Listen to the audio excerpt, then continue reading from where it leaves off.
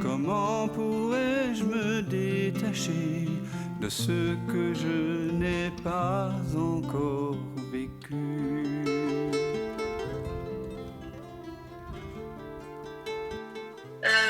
Il y a quelque chose qui me trouble beaucoup, c'est que j'ai fait quelquefois des expériences où je vois très clairement que je projette en fait le monde. Et donc, et je sens aussi, paradoxalement, que comment dire, que, que je perçois, mais en même temps je projette. Très difficile à décrire. Donc ça me trouble beaucoup.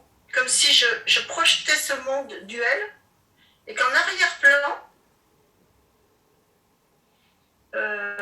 je pouvais aussi être consciente de ce dont on parle aujourd'hui. Mais en fait, on parle des deux Donc, choses. Qui projette, qui perçoit. Je n'ai pas l'impression que c'est le même jeu, et ça me trouble. Ah oui. Bah, dès qu'il y a projection, c'est le jeu qui prend forme. Parfois, l'océan est sans vagues. Et parfois, il y a des vagues. Quand il y a des vagues, il y a projection. C'est ce que tu appelles projection.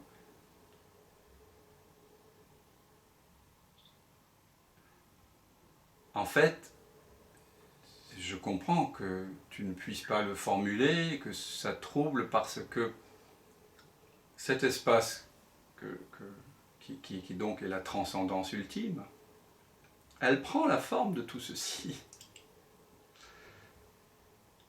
Donc, Oui.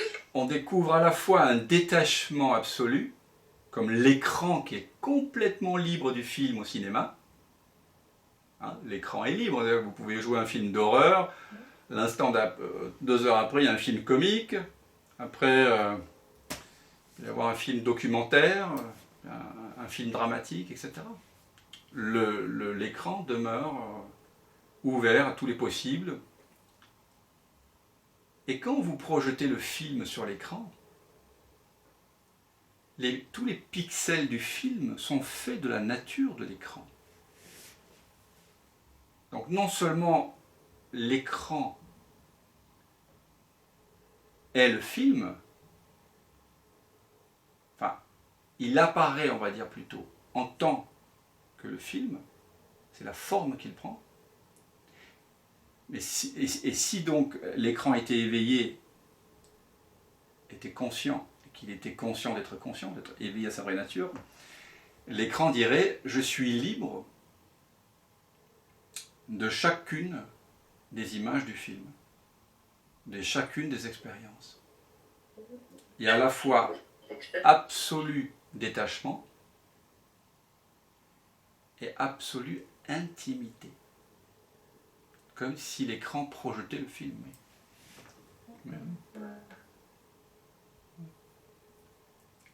Mais il n'y a pas de jeu. C'est juste la danse, tu vois. Une émanation. Une émanation. Comme un rêve. Oui. Quand tu rêves la nuit, il y a combien de jeux? Il y en a 2 ou il y en a un seul? Voilà, il y en a un. Il y en a un. Et il est possible, lors d'un rêve nocturne, de réaliser que le jeu pour lequel je me prenais dans le scénario du rêve n'est en réalité pas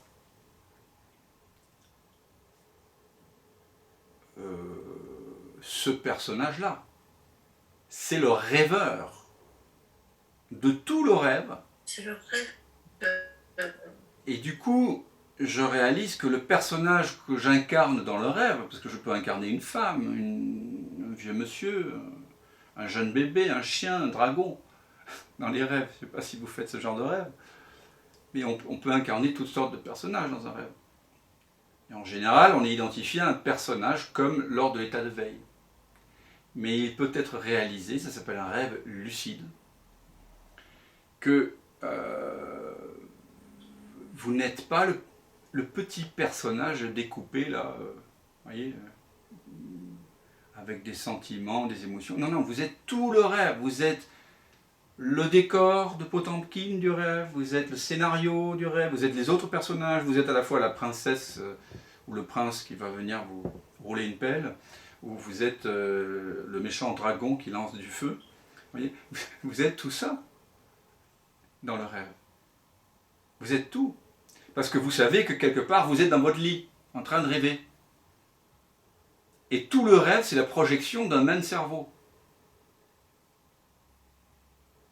Donc vous êtes autant le piano, que la voiture, que l'autoroute, que la lune, que le soleil, que la... Oui, dans le rêve, quand vous devenez lucide dans votre rêve.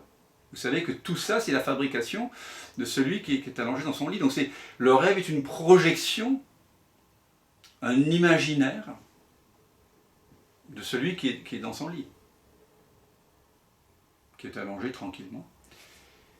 De la même façon, là nous sommes apparemment, hein, je me pince, en état de veille, on n'est pas en état de rêve nocturne. Sait-on jamais? Sait-on jamais? Vous savez, Chuang Tzu, il raconte cette histoire extraordinaire qui m'a toujours étonné. À l'époque, ça me faisait flipper quand j'étais adolescent. Il raconte l'histoire d'un roi qui raconte qu'il fait le rêve d'être un papillon, et puis quand il se réveille, en tant que roi, il se demande s'il est un roi qui vient de rêver qu'il était un papillon, ou s'il n'est pas plutôt le papillon en train de rêver qu'il est un roi. Bon, je ferme la parenthèse. Mais en tout cas, dans l'état de veille dans lequel nous sommes là, de la même façon que le personnage du rêve peut réaliser qu'il est en réalité la personne allongée dans son lit qui rêve tout le contenu du rêve, tout le contenu, pas seulement la personne qui semble percevoir. Hein. De la même façon, nous ici, tous ensemble, là, qui sommes apparemment, je dis bien, dans un état de veille, nous pouvons pressentir que ce que nous sommes réellement, le soi, c'est par là, les amis, rêve tout ceci, y compris ce personnage de chair là, dont je peux voir le visage que dans un miroir, ou là, comme là, sur l'iPad. Mais il n'y a qu'un. Est-ce que c'est clair, Anastasia? Il n'y a qu'un. Non-dualité. Je comprends, projeter et percevoir ne font qu'un. Oui. Oui. C'est pour ça que un de mes maîtres préférés, posthume, Nisargadatta Maharaj, il disait « Lorsque je vois que je ne suis rien, c'est la sagesse. Lorsque je vois que je suis tout, c'est l'amour. Et entre les deux, ma vie s'écoule. » Super. Ok, génial. Merci. Merci beaucoup. Merci. Merci à toi. Est-ce que tu peux répéter cette magnifique phrase? Lorsque je vois que je ne suis rien, je retourne l'attention vers je, et je découvre que je n'ai rien de perceptible, rien de concevable. C'est l'investigation du soi, c'est la vision sans tête, c'est ce qu'on vient de faire. Lorsque je vois que je ne suis rien, là où je suis, il n'y a rien, il n'y a pas de tête, et vous non plus, là. Hein. Vérifiez. C'est la sagesse. Je suis... Lorsque je vois que je suis tout, c'est-à-dire, évidemment, le premier mouvement, c'est de revenir au rien. Le deuxième, c'est l'amour. C'est reconnaître que je suis tout. C'est que ce rien-là que j'ai redécouvert, que j'ai cessé de couvrir par mes pensées, que je suis maintenant réellement, ce vide-là, il prend la forme de tout ceci. Je suis le sans forme, qui prend la forme de tout l'univers. Le corps de Brahman, c'est tout l'univers. Et Atman est Brahman.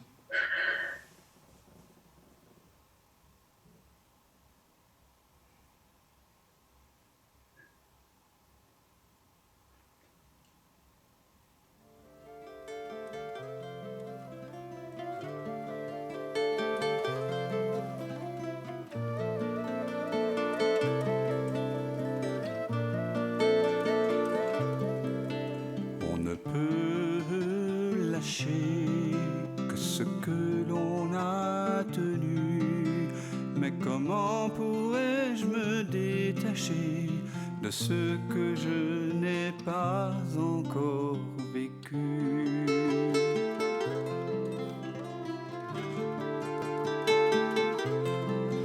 Peux-tu fuir ce qui te trouve et couper le fil ténu de ce pressentiment qui t'éprouve au cœur de cette absence reconnue?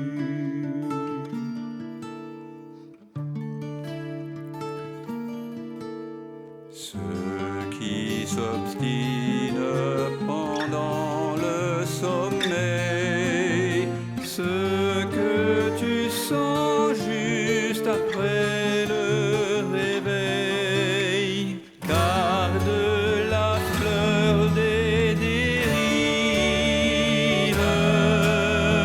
à la saveur d'autres rives, à la candeur de l'éveil. Ce qui te rêve t'arrive.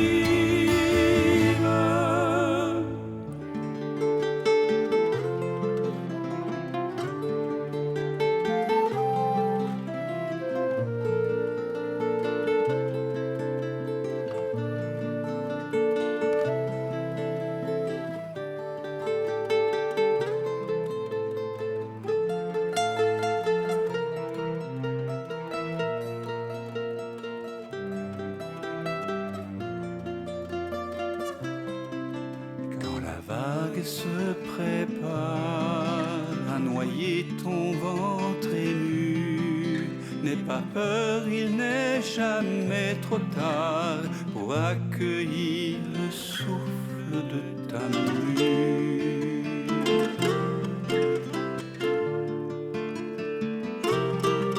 Le passé n'existe pas quand le cœur est mis à nu. En quittant le vu pour vraiment voir, tu cueilles en toi ce monde entreaperçu.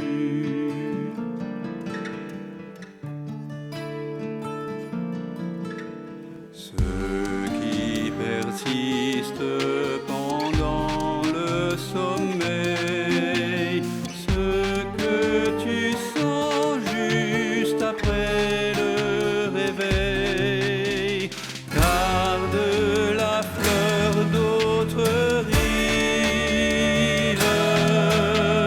et la beauté des dérives à la fraîcheur de l'éveil.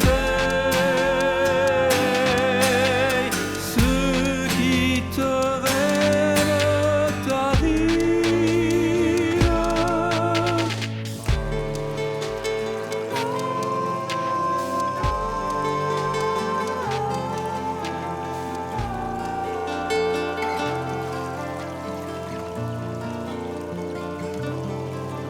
On ne peut lâcher que ce que l'on a tenu, mais comment pourrais-je me détacher de ce que je n'ai pas encore vécu?